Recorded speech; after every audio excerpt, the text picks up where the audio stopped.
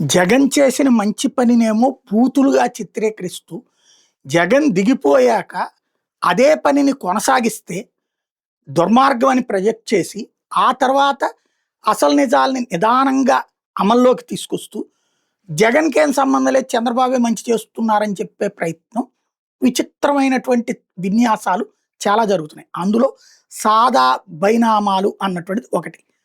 వాస్తవంగా ఏదైతే మనకి అంటే ఈ పేపర్ మీద రాసుకుంటుంటారు కదా! ఈ బీఫార్మ్ పట్టాలో లేకపోతే ఇంకోటో అట్లాంటి వాటిని కూడా రెగ్యులరైజ్ చేయడానికి జగన్ టైంలో ఒక నిర్ణయం తీసుకున్నారు.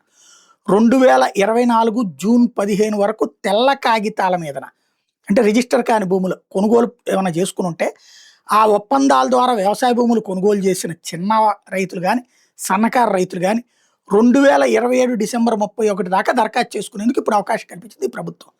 ఇక్కడే అసలు లాజిక్ చూడండి. అంటే ఈ ప్రభుత్వం కల్పించింది అన్నదే చెప్తారు. అసలు సీన్ ఏంటంటే ఇది వీళ్ళకి స్టాంప్ డ్యూటీ, రిజిస్ట్రేషన్ ఫీజులు మినహాయింపు కూడా ఉంది.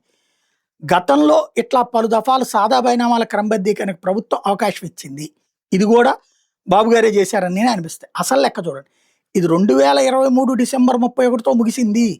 అంటే ఎవరి హయాంలో ఇచ్చారు ఈ స్కీము? జగన్ టైంలో ఇచ్చారు. జగన్ ఉన్నప్పుడే క్లోజ్ అయింది 2023 డిసెంబర్ 31తో. భూముల క్రమబద్ధీకరణకి రెవెన్యూ శాఖ ప్రత్యేక ప్రధాన కార్యదర్శి ఇప్పుడు ఆర్డర్లు వేశారు.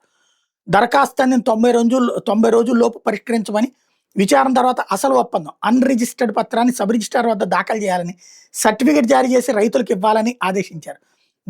దరఖాస్తు పరిష్కరించడం అంటే తుది ఉత్తర్వులు ఇవ్వడమే తప్ప పెండింగ్ ఉన్నట్లు కాదు అని తేల్చి చెప్పారు. గ్రామీణ ప్రాంతాల్లో సాగు భూములకి మాత్రమే ఇది వర్తిస్తుంది. 2.5 ఎకరాల మాగాని లేకపోతే 5 ఎకరాల మెట్ట చిన్న రైతులకైతే, సన్నకారు రైతులకైతే 1.25 ఎకరాల మాగాని లేకపోతే 2.5 ఎకరాల మెట్ట రైతులే దీనికి అర్హులు. రైతుకి ఉన్న మొత్తం భూములతో సాదా బైనామా భూమిని కలిపి పరిగణలోకి తీసుకోవాలి. సంబంధిత భూమి క్రమబద్ధీకరణకు దరఖాస్తు చేసిన వ్యక్తి స్వాధీనంలో ఉండాలి.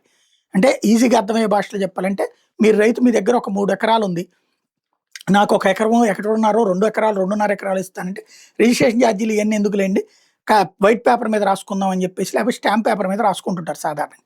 దాన్ని ఇప్పుడు రెగ్యులరైజ్ చేయటం, ఏ ఛార్జీలు లేకుండా, స్టాంప్ డ్యూటీ లేకుండా, అడంగల్లో అనుభవదారుగా నమోదై ఉంటే సరిపోతుంది, ఇతర ఆధారాలు అక్కర్లేదు. రికార్డు లేకపోతే శిస్తు రసీదులు, ఈ క్రాప్ నమోదు పరిశీలనలోకి తీసుకోవచ్చు. మండల పరిధిలోని ఇతర శాఖల వద్ద నమోదైన రికార్డులను తహసీల్దార్ పరిగణలోకి తీసుకోవచ్చు. వ్యవసాయ అధికారి వద్ద ఎరువులు, విత్తనాలు, పురుగు మందులు, పెట్టుబడి రాయితీ, పంటల బీమా, పీఎం కిసాన్, అన్నదాత సుఖీభావ ప్రయోజనాలు, కౌలు రైతు కార్డులు, క్రాస్ బుకింగ్ తదితర వివరాలు ఉంటాయి.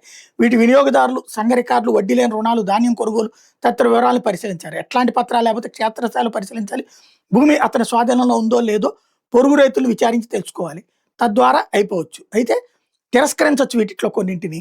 ఆధారాలు లేవని, పొరుగు రైతులు విచారణకు రాలేదని, పత్రాల మీద సంతకం సంబంధిత వ్యక్తులది కాదని, దరఖాస్తుదారు గైర్హాజరయ్యారని, సర్వే నెంబర్లో గందరగోళం ఉందని, బకాయిలు ఉన్నాయని దరఖాస్తుల్ని తిరస్కరించద్దు అని తేల్చి చెప్పింది ప్రభుత్వం.